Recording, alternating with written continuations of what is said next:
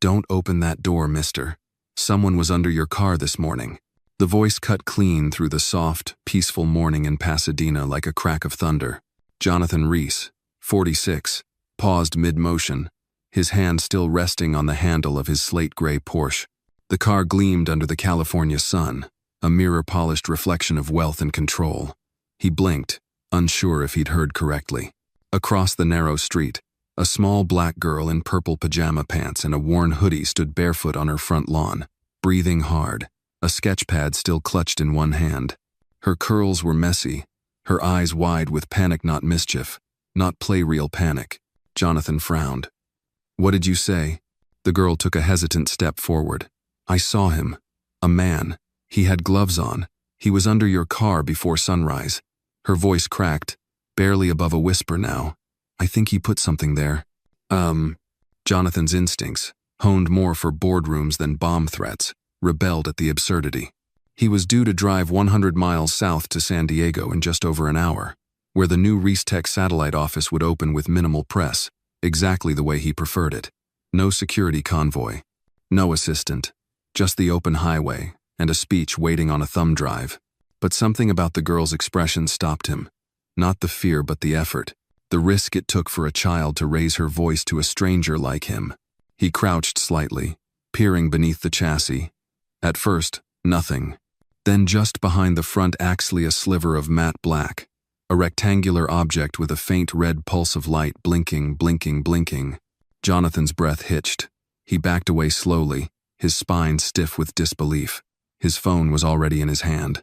"Graves, I need you at the Pasadena house. Bring everyone." 22 minutes later, two unmarked black SUVs slid to a halt beside the curb, discharging 4 members of his private security team in Navy tactical gear. The street remained eerily quiet, the only sound the soft squeal of birdsong above. The lead agent, a square-jawed woman named McCrae, crouched and nodded grimly. "Sir, it's a motion, sensitive, explosive, triggered by pressure and acceleration. If you'd hit the gas." Jonathan said nothing. His mouth was dry. He glanced across the street. The little girl was still there, half hidden behind the hydrangea bush, her sketchpad now pressed to her chest like armor. Jonathan crossed the street slowly, adjusting the cuffs of his shirt, trying to calm his racing heart. He stopped a few feet from her. "What's your name?" She looked up, wary. "Zariah Ellis." "How old are you, Zariah?" 8. "You live here?" She nodded. "With my mom. She works nights." You were awake early?" Zariah bit her lip. "I draw in the mornings. I saw the man before the sun came up. He had a hood. He kept looking over his shoulder. Her small hands gripped the edges of the paper. I thought he was stealing, but then I saw the wires and the blinking." Jonathan crouched to her level. He wasn't good with kids. She'd never had the time or the temperament, but something about this child's quiet bravery undid him. "You saved my life," he said softly. Zariah blinked. "I wasn't sure. I almost didn't say anything." "But you did," Jonathan replied. "That's what matters." From behind them, the bomb squad arrived. Police cordoned off the area. Neighbors began to gather at their windows, confused and concerned. Jonathan stood slowly, his gaze still on Zariah. In her tiny hand, the drawing she had been working on was now visible. A sketch of the Porsche driveway, and the man in the hoodie crouched beneath it. The lines were crude, but unmistakable. His voice was quiet. "May I see that?" Zariah hesitated, then handed it to him. Jonathan studied the drawing, his eyes narrowing at the shape of the figure's wrist, something hanging from it, a chain, a small letter-shaped pendant. Something about it felt wrong, familiar. A tug in his chest started low, like a knot slowly tightening. He turned to his head of security, who had just finished a hushed call. "Graves, I want security footage from every house on this block. I want facial recognition run on any match. And get me everything you can on this girl's family." "Sir?" Graves blinked. "I'm not turning this into a press story," Jonathan said. "But I owe her more than words." Zariah still stood silently. She didn't smile. She didn't ask for thanks. And Jonathan Reese, millionaire, genius, self-made man, felt something shift deep inside him. He'd nearly died this morning, and the only reason he hadn't was a child who had no reason to care but did anyway. And he couldn't shake the thought, what if I hadn't listened? He looked down at the sketch again, and this time he noticed the wrist, the chain, the pendant, a single letter, K. Karen, his wife. His breath stilled in his chest. The thought slithered in like a shadow. What if this wasn't random? What if the real danger had been sleeping beside him all along? Jonathan sat motionless in his study that night. Lights dimmed, the glow of a paused security feed flickering across his face. Outside, the Pasadena sky was fading into a deep navy, but inside, his world had narrowed into a single question that wouldn't leave him. Was Karen involved? He had spent years building a life defined by logic, strategy, control. But this was chaos laced with betrayal. On screen, the grainy footage from 4:56 a.m. showed a man in a dark hoodie walking up his driveway. The image was barely distinguishable, but then came the moment that turned Jonathan cold. At exactly 4:57, as the man knelt by the Porsche, the camera caught a sliver of light reflecting off a pendant around his wrist. Zoomed in, pixelated, but unmistakable. A small gold charm in the shape of a K, dangling from a delicate chain. Karen had worn that same pendant for years ever since they'd met. He'd given it to her when Reestech hit its first million in revenue. She said it reminded her where it all began. His mind raced through every conversation, every look she'd given him over the past few months. She'd been distant lately, yes, claiming stress, late-night charity events, quiet phone calls behind closed doors. He'd chalked it up to the strain of running the company's community arm. But now, with this image seared into his memory, everything looked different. Graves entered the room quietly, holding a manila folder and a USB drive. We ran facial match on the footage. No conclusive ID yet. The hoodie blocks most features, but we enhanced the video from the Ellis home. He plugged the USB into the television and played a second angle, this time from a ring cam across the street. The image sharpened. Not perfect, but clearer. Jonathan leaned forward. The man's posture, the way he moved, subtle, familiar. His gait was uneven, the left foot dragging slightly. Jonathan froze. You see it? Graves asked. He nodded slowly. That limp, I know that walk. He rubbed his temple. It was coming back in fragments now, an old name, a buried chapter. Kyle Merrick, Karen's ex. An amateur software developer who had tried to sue Jonathan early in his career for idea theft. The case was dropped for lack of evidence, but Jonathan had always suspected Kyle was merely a puppet, egged on by someone hungrier for revenge. Karen had never spoken of Kyle after they married. Jonathan stood up, walking slowly to the window, arms crossed. Check if Kyle Merrick has any recent aliases, addresses, rentals, anything near Pasadena. Graves nodded, then hesitated. What about the girl, Zariah? Jonathan turned. What about her? We dug into her background, as you asked. Single mother. Her name's Marcia Ellis. Works night shift at Huntington Memorial as a janitor. No criminal record. Struggles to make rent but always pays on time. The girl's never been in trouble at school. Her teachers describe her as quiet, observant, gifted. Jonathan was quiet for a beat. Set up a security watch on their house. Quietly. No uniforms. I don't want anyone using them as leverage. Graves paused at the door. Sir, do you want me to contact the police? Jonathan shook his head. Not yet. We're not handing this off until we know what we're dealing with. After Graves left, Jonathan picked up the sketch Zariah had drawn. He studied the jagged lines again, the crouching man, the glowing light, the chain. He remembered her eyes that morning, wide, frightened, but determined.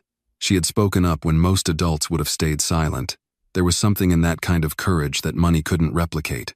A soft ping broke his thoughts, an email from the insurance office. Karen had filed a recent adjustment to his life insurance policy, just 3 weeks ago. A sudden increase. Beneficiary unchanged. Karen Reese. He stared at the screen, bile rising in his throat. He hadn't even known the policy was up for review. She must have done it under the guise of routine estate planning, something their lawyers usually handled together. But this one had gone through her office. He scrolled further. The payout was now $20 million. He closed the laptop with more force than necessary. That night, sleep didn't come easily. He kept hearing Zariah's voice in his head, over and over. Someone was under your car this morning. By sunrise, he was parked outside the Ellis home in an unmarked SUV. He hadn't called ahead. He didn't know what he would say. He just knew he needed to see her. The little girl who saw what no one else did, who trusted her gut and screamed anyway. He knocked gently. Marcia Ellis answered, still in her scrubs, her eyes bloodshot from lack of sleep. She recognized him instantly. "I'm sorry," she said quickly, clutching the collar of her robe. "If she caused trouble, she saved my life," Jonathan cut in. "Please, may I speak with her?" Marcia hesitated, then stepped aside. "She's in her room. I'll call her." Moments later, Zariah came downstairs, still in pajamas, her curls tied back this time. She stopped at the edge of the living room rug. Jonathan knelt to meet her eyes. "Hi, Zariah." "Hi," she said, her voice small. "I wanted to thank you, properly. You did something very brave yesterday." She nodded shyly, glancing down. "You trusted yourself when no one else could see what you saw. That takes strength." Zariah looked up. "I was scared." "I know," Jonathan said softly. "I was too." They sat in silence for a moment. Then she asked, "Are you gonna be okay?" Jonathan gave a faint smile. "I think so, thanks to you." He reached into his coat and pulled out a small rectangular box wrapped in navy ribbon. "This is for you. It's just pencils. Good ones. I heard you like to draw." Zariah's eyes lit up. She took the box with both hands, fingers brushing the ribbon. "Thank you." Jonathan stood. "Keep drawing. Sometimes the way we see the world is the thing that saves it." Marcia returned to the room just as he reached the door. "Why did you come here, really?" she asked, voice low but firm. Jonathan looked back. "Because your daughter reminded me what it means to see clearly, and I intend to repay that clarity one way or another." Then he stepped into the California morning, the air heavy with the knowledge that his life had changed and not just because of the bomb. By noon that same day, Jonathan was back in his downtown Los Angeles office, high above the city's blur of steel and traffic. The floor-to-ceiling windows glared with sun, but he barely noticed. His desk was littered with papers, insurance files, printed screenshots from the security feed, and a slim leather folder labeled Karen Reese, Internal Activity Log. Across from him sat Mr. Graves, calm as always, tapping a pen against his knee. "She hasn't left the estate all morning," Graves reported. "Her personal assistant said she canceled 2 meetings, but we traced a call to a burner phone just after the news broke about the bomb unit in Pasadena. Call lasted 38 seconds. Tower data puts it near the estate. We're working on a trace." Jonathan nodded without speaking. He felt an ache rise behind his eyes, not from lack of sleep but from the sheer weight of betrayal tightening around his chest like a coil. The woman he'd shared a home, a name, and a company with had increased his life insurance weeks before someone tried to blow up his car. The same woman who once whispered in his ear, "I believe in you more than the board ever will." She'd stood with him at investor dinners, public launches, funerals. And now, she might be standing beside the man who planted a bomb under his Porsche. Graves laid another file in front of him. "We pulled Karen's travel receipts from the last 6 months. 3 trips to San Francisco, each one coinciding with conference weekends hosted by Merrick Data Solutions." Jonathan stared at the name, Kyle Merrick. He hadn't heard it spoken aloud in almost a decade, but the memory burned sharp. A failed lawsuit, whispered accusations, then the sudden disappearance of the man himself. Kyle hadn't just lost the case, he lost credibility, investors, and reputation. But it seemed he hadn't lost Karen. "We confirmed hotel overlap," Graves added. "They were staying at the same locations, 2 floors apart." Jonathan's jaw clenched. "How long?" Graves hesitated. "Maybe a year, maybe longer." Jonathan pushed back from the desk and stood, pacing. "What else?" "There's more," Graves said, lowering his voice.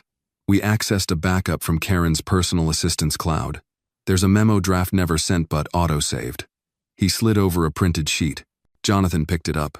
Subject: Post, Transition Strategy. "After the tragic loss of Jonathan, our priority will be stabilizing shareholder confidence. Reestech's leadership must reflect vision and continuity. Karen will assume interim CEO with the full support of the advisory board." He didn't finish reading. "They were planning the obituary," Jonathan muttered. Graves didn't respond. Jonathan dropped the page onto the desk. They thought it would look like a highway accident. I was going to die in a fireball on I-5. His voice was empty, not anger, not grief, just cold realization. They almost pulled it off, he whispered. Graves stepped forward. Sir, we can go to the police. You have enough to start a formal inquiry. Not yet, Jonathan said. I want every name Karen contacted over the past 60 days. Anyone she met alone. Anyone who suddenly took vacation or got a raise. You think the rot goes deeper? I think I've been running a company I don't recognize anymore. He turned toward the window again. His reflection looked older than he remembered, grayer, thinner. And behind his own eyes, something else had begun to stir. Not just pain, but resolve. I'm going to clean house, Graves. Every floor, every office. Quietly, but completely. Graves nodded once. And the girl? Jonathan didn't answer for a long moment.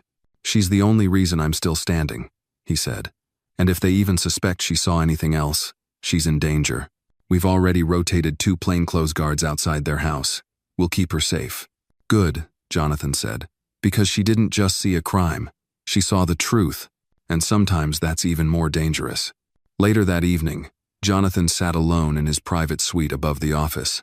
He didn't go home. He didn't want to see Karen's clothes hanging in their walk-in closet. Didn't want to smell her perfume lingering on the staircase. Instead, he sat with a bourbon in his hand, staring at the wall. There was a time, not so long ago, when he believed loyalty was unbreakable. That trust once earned was permanent. But as the events of the last 48 hours unraveled everything he thought he knew, he realized something else.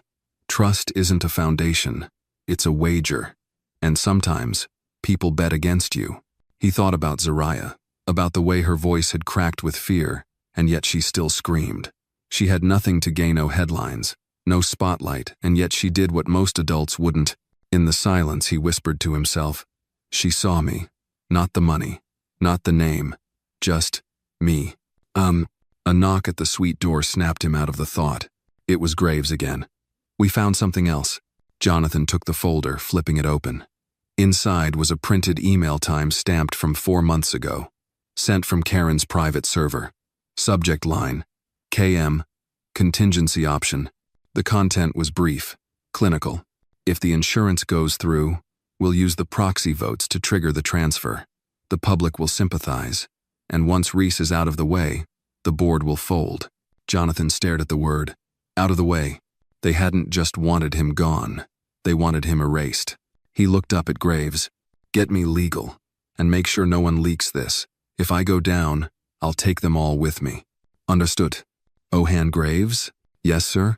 When this is over, we're going to rewrite the company handbook. Graves raised a brow. You mean literally? I mean from now on, loyalty comes with teeth.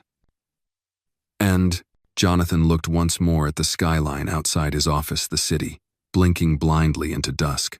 He wasn't the same man who walked to that car yesterday morning. He wasn't sure who he was now. But one thing was certain. Whoever tried to bury him had underestimated the one rule he lived by. Survivors don't forget, they prepare. 2 days later, Karen Reese stood in the center of the Reese Tech boardroom, smiling graciously beneath the soft glow of recessed lighting. Her black tailored dress fit like a statement, elegant, precise, strategic. Around her sat 11 members of the executive board, sipping espresso and flipping through briefing packets. The agenda read, Long-term succession planning and crisis response preparedness. Jonathan Reese was not in the room. Karen cleared her throat delicately. As you all know, Jonathan is taking a brief personal leave due to the attempted attack on his life. He's requested I step in as interim executive liaison to maintain stability across operations. A few board members nodded. Others exchanged glances, unreadable. Karen's voice remained calm, composed. Our top priority is preserving confidence in the brand, the company, and the legacy we've built together. She let the word we hang in the air just long enough. No one questioned her. No one raised the obvious. Jonathan hadn't made any formal statement. There was no press release, no video address. He had simply gone quiet. And that, Karen thought, was the beauty of it, because in silence, power repositions itself. As the meeting progressed, her phone buzzed silently in her purse. One buzz, then 2, then 3. She waited, finished her sentence, closed the session with applause and a smile. Only once she was alone did she check the messages. Unknown number. I know what you did. Meet me. Midnight. 1417 Warner Avenue. Come alone. Karen's hand froze mid-scroll. She read it again, and again. Her heart didn't race, but her mind moved like a scalpel. She deleted the thread and slipped the phone back into her bag. She had a good idea who had sent it, and if he had survived, then she'd underestimated him more than she thought. That same evening, Jonathan sat in the back of an unmarked SUV parked 2 blocks away from the Warner Avenue address.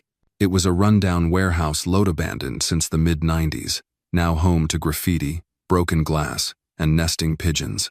Next to him sat Graves, scanning the perimeter with a handheld monitor. She came alone, Graves said, nodding toward the far end of the alley. Black sedan, parked, no backup. Jonathan watched Karen step out of the vehicle, phone in one hand, the other gripping a small purse. Her posture was flawless, as always, controlled, deliberate. He clenched his jaw. Is the building clean? We swept it twice, Graves replied. Audio and visual set. No lethal surprises. She'll think she's walking into a confrontation. She won't know she's walking into confession. Jonathan gave a single nod and exited the SUV. The warehouse door creaked open on rusted hinges. Karen entered cautiously, heels tapping softly on the concrete. She looked around the cavernous space, half expecting to see police, a trap, a drone. What she saw instead was Jonathan standing beside a folding table, alone, sleeves rolled up, no bodyguards in sight. He looked thinner, harder, like someone who'd been stripped down to truth. John, she said softly, slipping into her well-worn smile. You look alive, he said, surprised. She hesitated. Of course I'm relieved. I've been worried.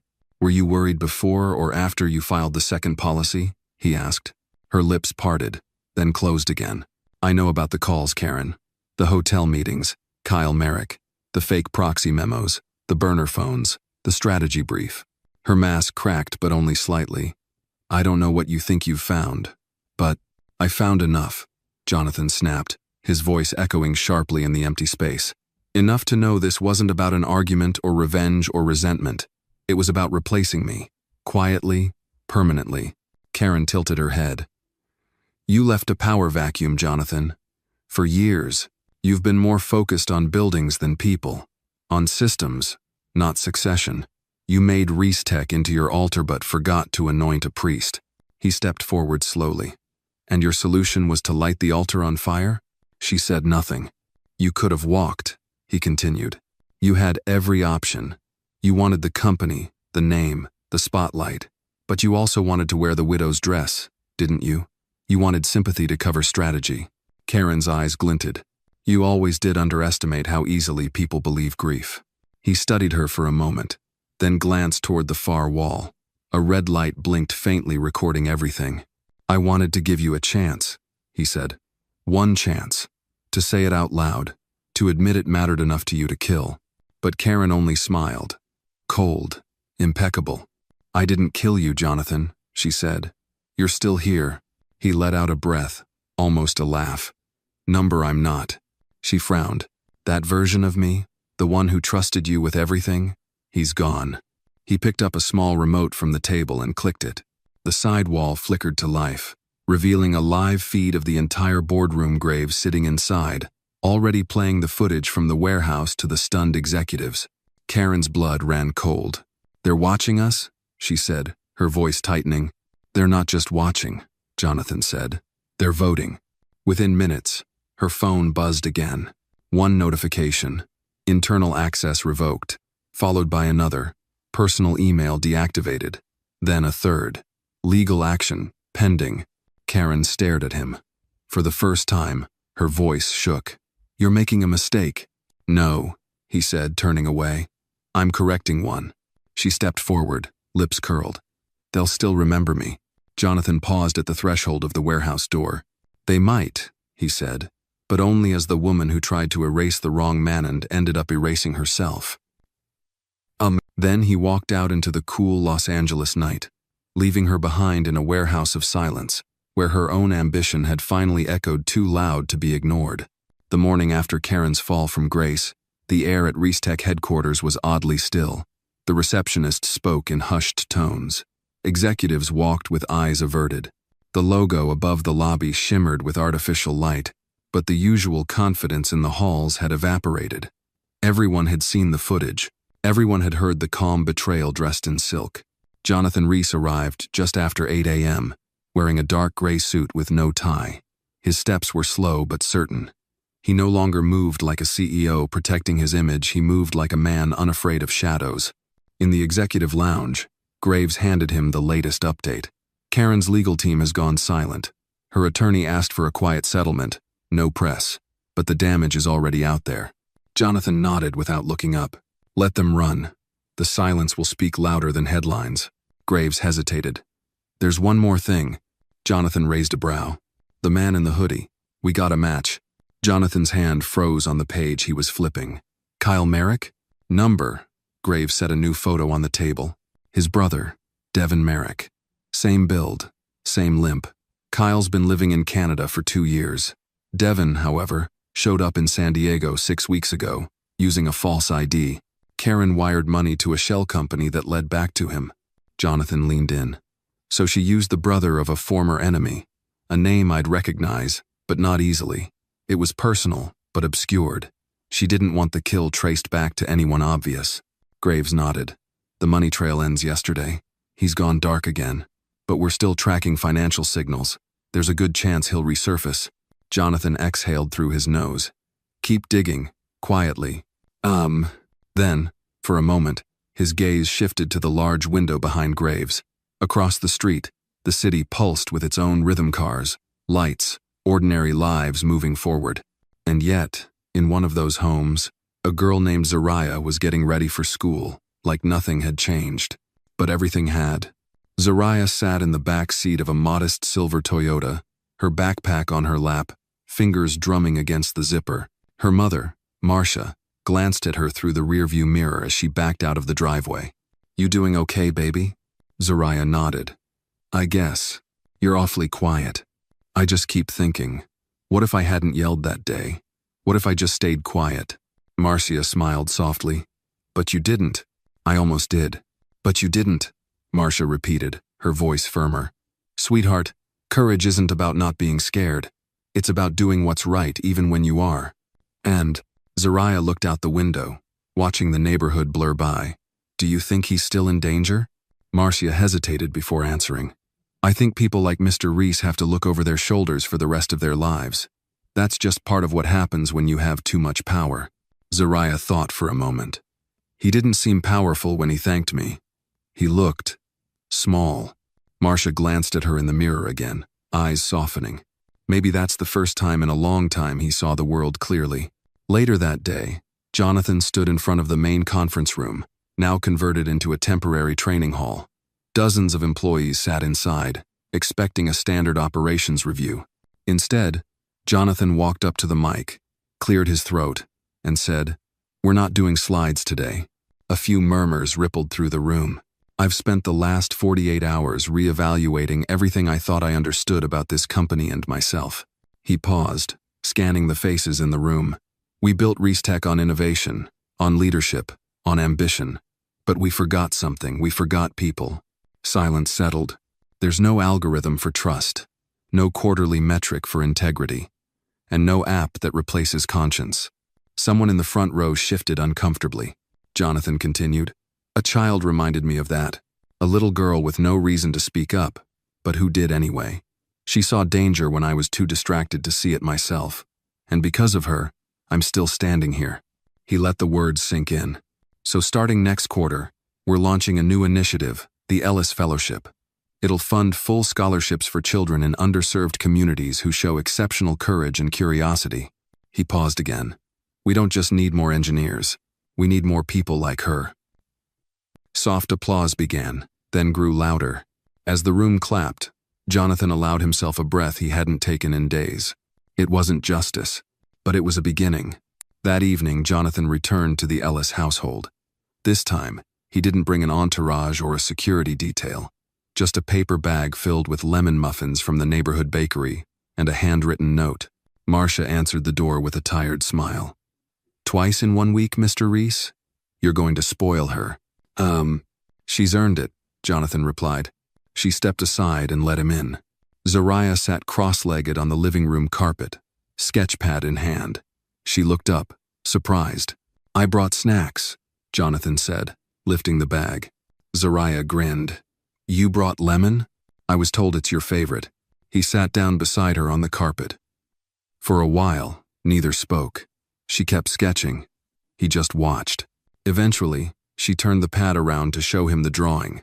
A tall man in a suit standing next to a small girl holding a flashlight, both facing a dark tunnel together. Jonathan looked at it for a long moment. "That's us?" She nodded. "You gave me the flashlight," he said quietly. "You were in the dark," Zariah replied. He nodded again. Then she added, almost offhandedly, "You should be careful, though. People like the dark. Sometimes they don't want to be found." "Ugh." Jonathan looked at her, both amused and strangely humbled. "You sound older than you are." Zariah shrugged. "That's what my teacher says." He reached into his coat and pulled out an envelope. "This is for your future. A little something to say thank you, and a promise. A promise that I won't forget what you did, and I won't let it be for nothing."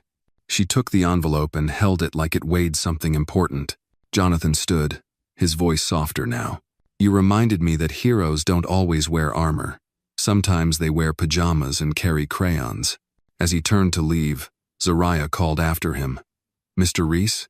He paused. "Are you scared now?" He considered that. "No," he said at last. "Not anymore." The morning light filtered through the windows of Reese Tech's legal division like golden dust, quiet and still. But inside Jonathan's private office, the mood was anything but calm. Graves stood by the monitor, flipping through camera feeds and data logs while speaking into his headset. No movement on Devin Merrick's accounts in the last 12 hours. He's either gone underground, or someone helped him disappear. Jonathan sat at his desk, notepad untouched, eyes fixed on the lone file in front of him. It was a profile paper, thin but heavy in meaning. Devin's last known appearance. A motel in Encinitas. A digital signature traced back to a prepaid phone Karen had once used. "He's cleaning the trail," Jonathan muttered. "Burning what's left." Graves took off his earpiece and turned. "The authorities are slow-walking the case. No one wants to admit a CEO was nearly assassinated by his own wife and her ghost contractor. It's embarrassing for law enforcement, especially when the threat wasn't neutralized." Jonathan leaned back, eyes closing for a brief second. "We can't wait for justice.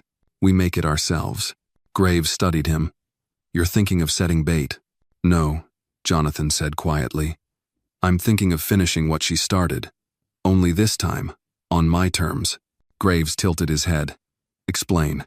Jonathan stood, walking toward the window. "Devin won't vanish forever. He's desperate.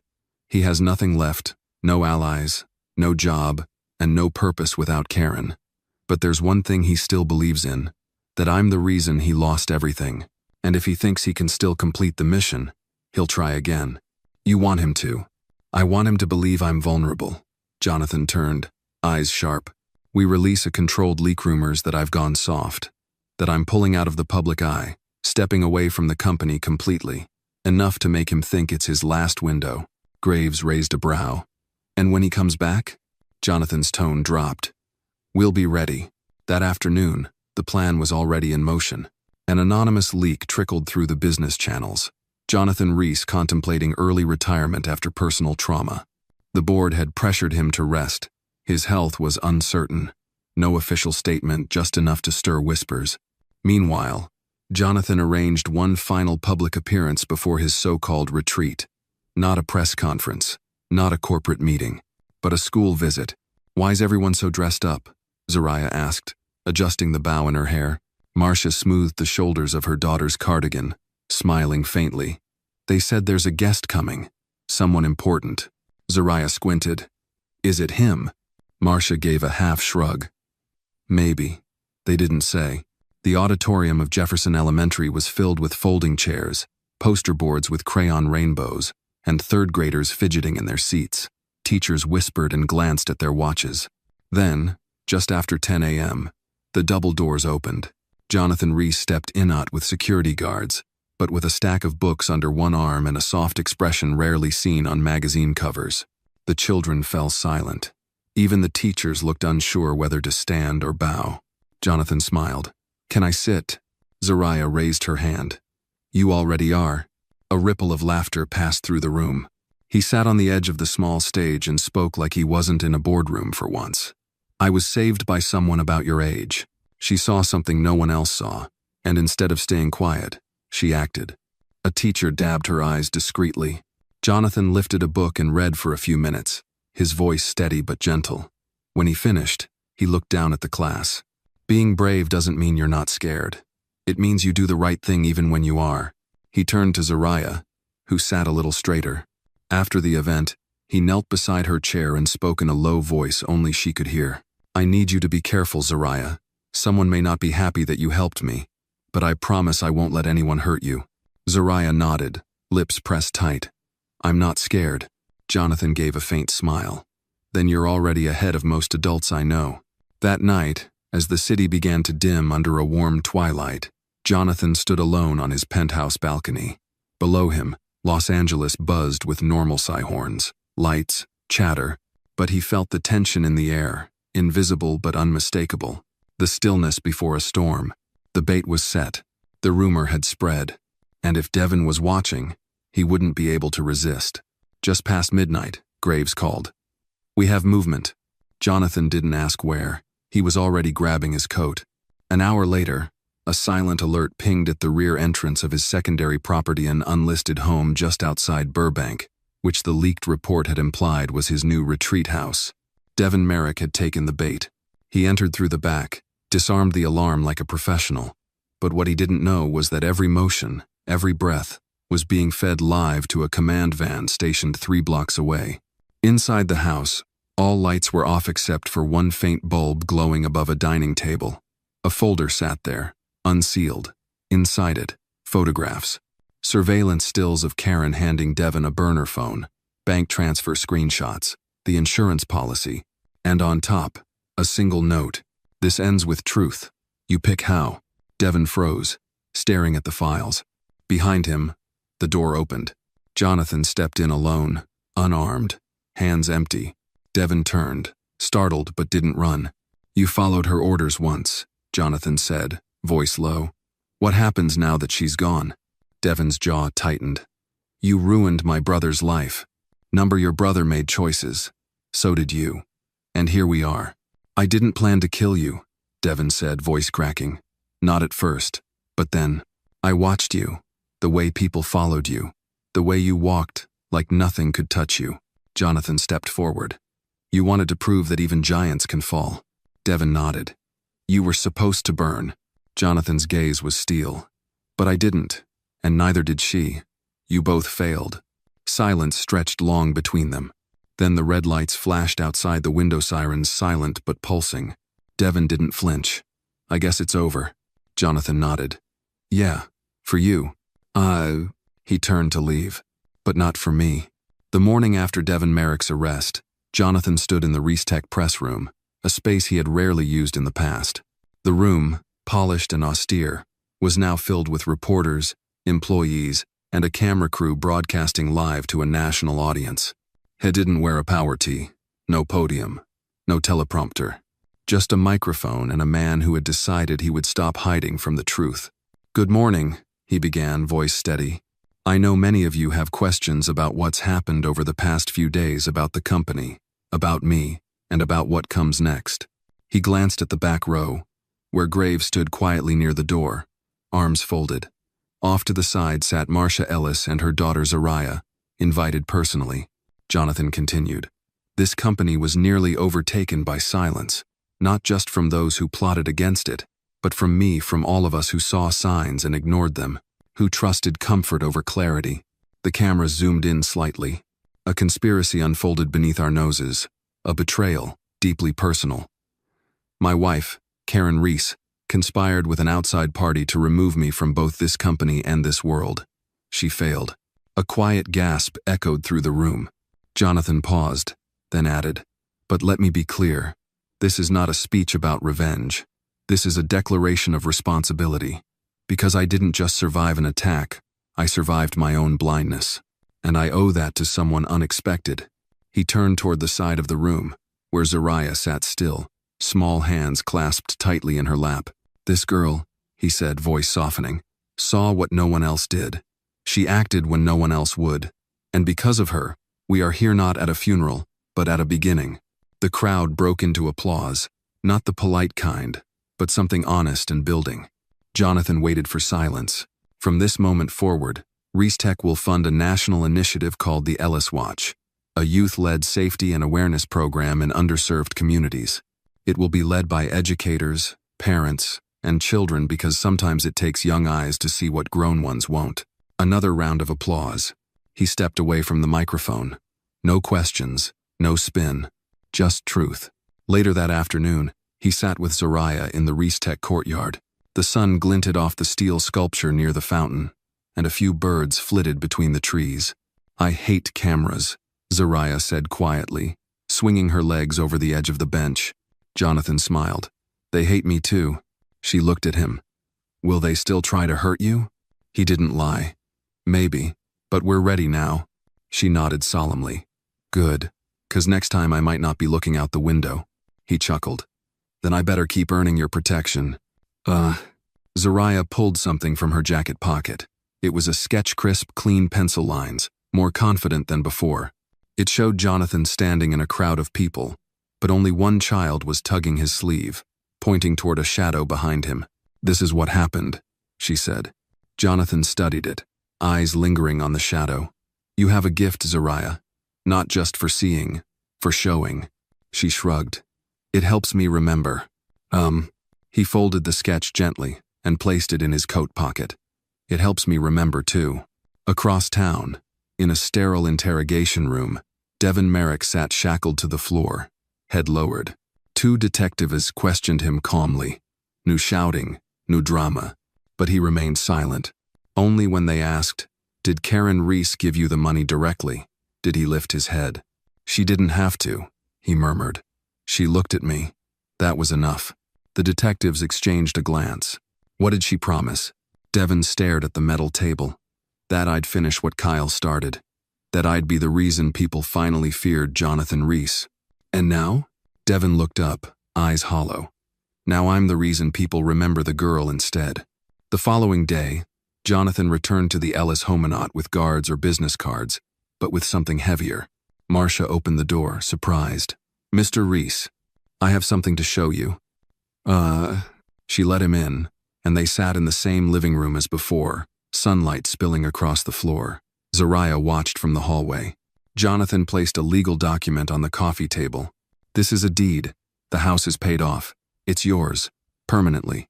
No mortgage, no tricks." Marcia's breath caught. "Why would you?" "Because you raised a child who saved a man like me, and I don't want her to ever worry about where she's sleeping again." Tears welled in Marcia's eyes, but she said nothing. Jonathan stood slowly. "There's one more thing." He turned to Zariah. "I want to commission a mural. At our headquarters, a permanent one. And I want you to design it." Zariah blinked. "May?" "You," he said.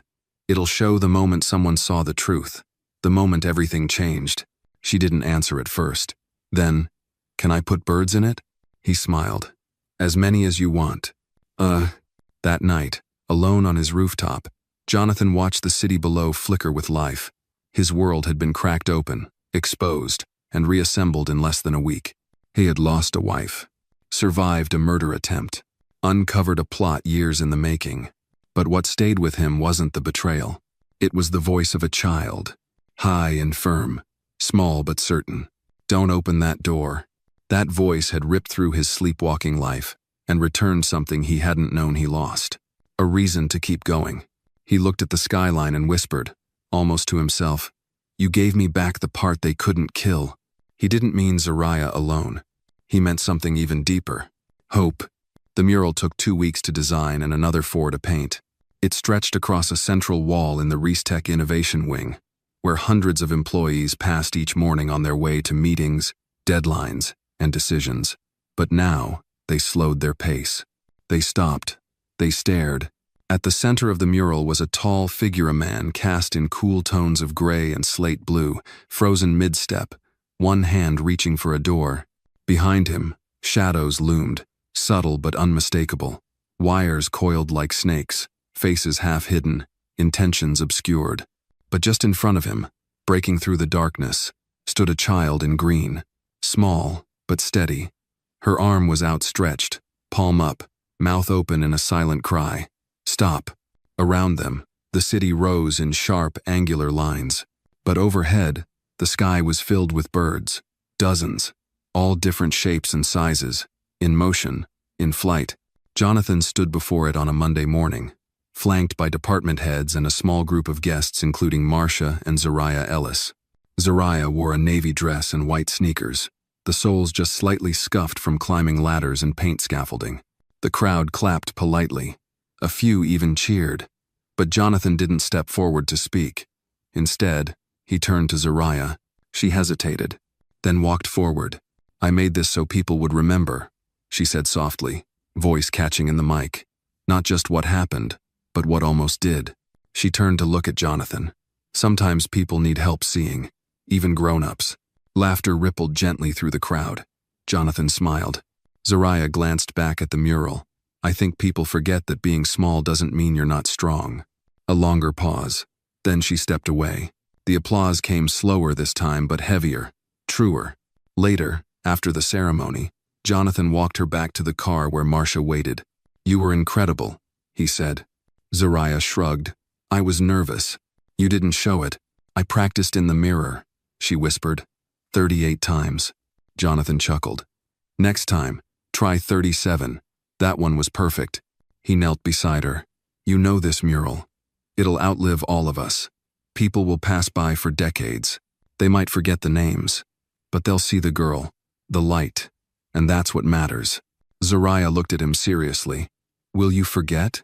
His smile faded into something quieter. "Not for the rest of my life." 2 days later, Jonathan stood in a courtroom, wearing a dark suit and a quiet expression. Across the aisle, Karen sat beside her legal team, arms folded, face unreadable. She hadn't tried to contact him since her arrest. Not a call, not a letter. She didn't need to. The silence between them said everything. The prosecutor laid out the evidence, the insurance fraud, the digital trails, the conspiracy to commit murder. Devin Merrick's testimony sealed it. But Jonathan didn't come to speak for vengeance. When the judge asked if he had a statement, he stood slowly. "I'm not here to beg for punishment," he said. "I'm here because I believed in someone for years and I missed every sign that belief had rotted." He turned toward Karen. "You were the closest person in my world. And I didn't just lose a partner, I lost the man I was when I still trusted you." A long breath. "But what you took, someone else gave back. A stranger, a child, someone who had no reason to care." She screamed because she saw the truth. And in doing that, she saved not just my life but my soul. Karen's eyes flickered. "I will carry what you did forever, but not because it broke me, because it reminded me who I refused to become." He stepped away. The sentence came swiftly. 15 years, no parole for conspiracy and attempted murder. Karen blinked once, then lowered her head. The sound of the gavel rang sharp in the room. Final. Cold. Jonathan walked out without looking back. That weekend, he didn't return to the city. Instead, he drove north along the coast, up where the cliffs met the ocean and the air smelled like salt and eucalyptus. Alone. No driver, no staff. Just a car, a duffel bag, and a notebook. At a quiet overlook, he sat on a bench facing the sea. He opened the notebook and wrote a single line. It almost ended before I understood what it all meant. Then below it, "Now I see, and I won't close my eyes again." He stayed there until sunset, the horizon turning gold and bruised violet, the waves whispering against the shore below. When he stood to leave, he felt lighter, not empty, but aired out. Like grief had passed through him, swept clean by truth and time. His phone buzzed. It was a photo from Graves. Zariah standing next to the mural again, only this time she had added something. A new figure in the background. Not a villain, not a monster, just a silhouette of a woman, walking away, head bowed. Beside her, a trail of unraveling thread. She'd signed it in the corner, Z.E., age 9. Jonathan smiled, pocketed the phone, and walked toward his car. No security detail waited. No Ferrari. Just a man who had faced the worst of betrayal and the best of humanity and finally knew which one had shaped him more. It was a Wednesday morning when Jonathan Reese returned to the place where everything had begun, not his company, nor his marriage, but the exact patch of pavement where his life had nearly ended. The quiet cul-de-sac in Pasadena still looked the same. Same neat hedges, same trimmed grass, same sprinkler ticking steadily across the neighbor's lawn. The only difference was the yellow Porsche was long gone. He had sold it the day after Karen's sentencing. He stepped out of the black SUV and walked to the edge of the driveway, pausing by the spot where Zariah had stood that morning, barefoot and wide-eyed, shouting at a stranger to stop. For a long moment, he said nothing. He just stood still, letting the air and memory settle around him like dust. Hard to believe, isn't it? Jonathan turned. Marcia Ellis approached from the walkway, holding 2 mugs of coffee. She handed one to him with a soft smile. "Thought I saw your car. Didn't mean to disturb," Jonathan said, accepting the cup. "You're not," she replied. "Zariah's at school. She made me promise I'd tell you she's entering the mural in a statewide youth art contest." Jonathan chuckled. "She'll win, if they're smart." "She said it doesn't matter," Marcia added. "She just wants people to see it." "Ugh." Jonathan sipped the coffee. "She's right. That's all that matters now." They stood together in silence, watching the quiet street as a mail truck pulled in at the far corner. "She ever ask about Karen?" Marcia asked gently. "Once," Jonathan replied. "She asked if I hated her." "And what did you say?" "That I didn't. But I wouldn't waste any more love on her either." Marcia nodded. Wise answer. He took a deep breath, let it out slow. "I used to think betrayal was the end of something, the collapse of everything good. But it's not. It's a reset. A violent kind of grace." Marcia looked at him sideways. "Did you come here just to say that?" He smiled faintly. "Number I came to say goodbye." "To the street?" "To what happened here." Marcia didn't respond, but she reached out and touched his forearm briefly. It was the kind of gesture people used when they didn't have the right words, but still wanted to say, "I see you. I understand." Jonathan nodded once, turned, and walked back toward the SUV. But halfway to the car, he paused. He reached into his coat pocket and pulled out the folded drawing Zariah had given him months ago, one of the man and the girl in the tunnel of shadows. He looked at it a moment, then, carefully, walked to the base of the tree at the curb and placed it inside a plastic envelope beneath the roots. Not to forget, but to leave something behind. 3 weeks later, Zariah stood beside Jonathan in a marble hallway in Washington, D.C. The building was old, with high ceilings and columns that stretched like arms into the sky. They were attending the national ceremony for community impact in youth advocacy. Zariah had been nominated as the youngest recipient in the event's history. She wore a navy blue blazer and silver sneakers. Jonathan had insisted she dress however she felt comfortable. "The shoes," she'd said, "are non-negotiable." Ugh. They waited in line for the press photo. Zariah shifted nervously, adjusting the collar of her blazer. "You nervous?" Jonathan asked. "A little," she whispered. "Mostly just hoping I don't trip." "If you do," he said, smiling, "we'll just pretend it was part of your speech." She smirked. The event proceeded in a blur: photos, applause, a short speech from a senator, and finally Zariah walking on stage to receive her award. She kept her words short. "I didn't mean to be brave. I just knew something was wrong, and I knew if I stayed quiet, someone might get hurt. So I yelled." Pause. Then she added, "I think that counts." The crowd laughed, then stood, applauded. After the event, Jonathan knelt beside her, tying the loose shoelace on her sneaker. "You know," he said, "when I was your age, I didn't even know what courage meant." Zariah looked at him. "I still don't. I just did the thing my chest told me to do." He smiled. "That's exactly what courage is." She tilted her head. "Is your chest better now?" He hesitated, then nodded. "Much better. Not all the way, but enough." She looked down at the golden plaque in her hands. "Do you ever get scared again?" "Sometimes," he admitted. "But I remember the sound of your voice, and that helps." Zariah beamed. "Then maybe I should yell at you more often." Jonathan laughed, the sound rolling out of him lighter than he'd felt in years. Months later, the mural at Reese Tech was featured in an article titled, "The Wall That Watched Over Us." It was picked up by a national magazine. Visitors came from all over to see it, to touch the brushstrokes, to whisper to their children. This was painted by a little girl who saved a man's life. Jonathan had the article framed, but he kept the frame in his home office, not the boardroom. And on his desk, beside all the executive summaries and investment pitches, sat a single photo. It wasn't of Karen. It wasn't of Devon. It wasn't even of Zariah. It was the drawing now laminated of a man about to walk into a shadow, and a child stopping him in his tracks, with nothing more than instinct and a heart wide open.